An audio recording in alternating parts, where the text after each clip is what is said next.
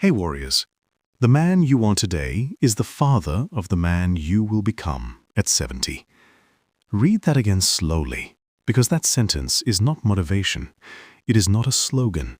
It is a biological and spiritual fact that most men spend their entire lives running from.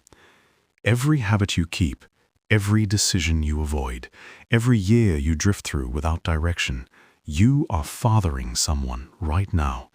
And that someone is going to inherit everything you built and everything you neglected. The question is not whether that man will exist. He will. The question is what kind of man you are sending into those final decades. A man who is free, capable, and at peace with the life he lived, or a man who is fragile, bitter, and haunted by the ghost of everything he could have been, but never became. Most men do not think about this. Not really. They think about next week, next quarter, the next problem sitting on their desk. The long view feels abstract, until suddenly it is not abstract anymore. Until you are standing in a doctor's office at 58, hearing something you were not prepared to hear. Until you are watching your savings account tell you a story you do not want to read. Until you are lying awake at 3 in the morning, with a life that looks fine from the outside and feels completely hollow from the inside. That hollowness has a name. It is the accumulation of decisions not made, conversations not had, standards not held, years not lived with intention. The philosopher Seneca wrote, "It is not that we have a short time to live, but that we waste a great deal of it." He wrote those words almost 2,000 years ago, sitting inside one of the most powerful empires the world had ever seen, surrounded by men with wealth and status, and absolutely no idea what to do with the time they had been given. And nothing has changed. Not really. The distraction is shinier now, the excuses are more sophisticated, but the waste is exactly the same.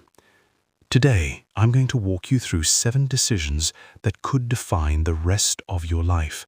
Not 7 tips, not 7 habits to try for 2 weeks. 7 decisions, the kind that once made and actually acted on change the entire trajectory of a man's existence.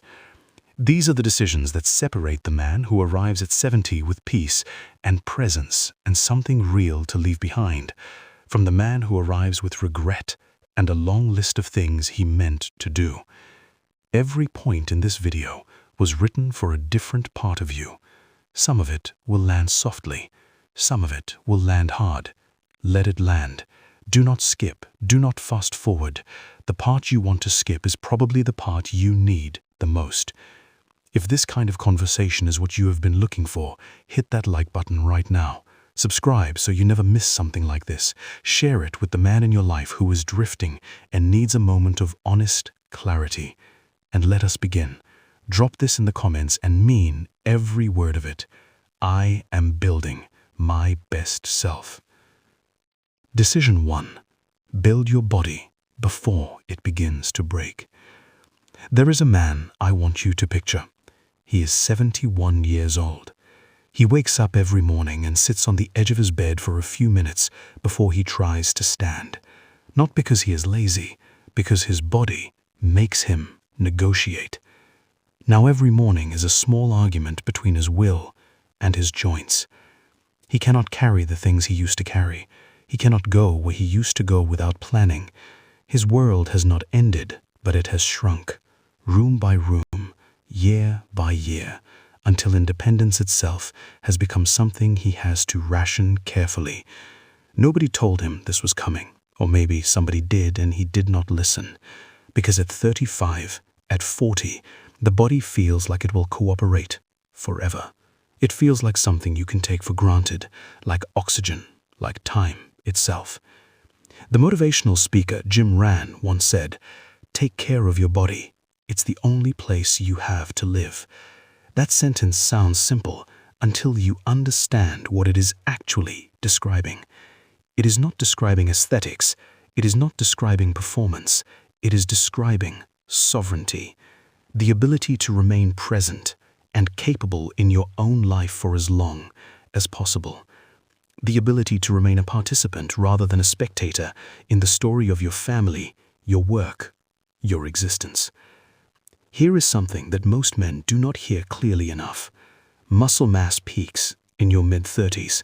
After that, without deliberate, consistent resistance training, you lose somewhere between 3 and 8% of it every decade.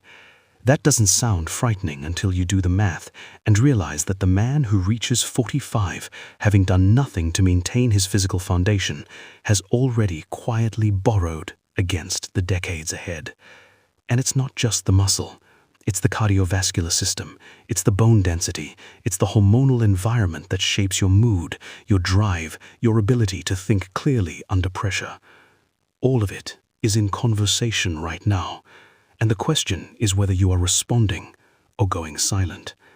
Strength training is not about looking a certain way,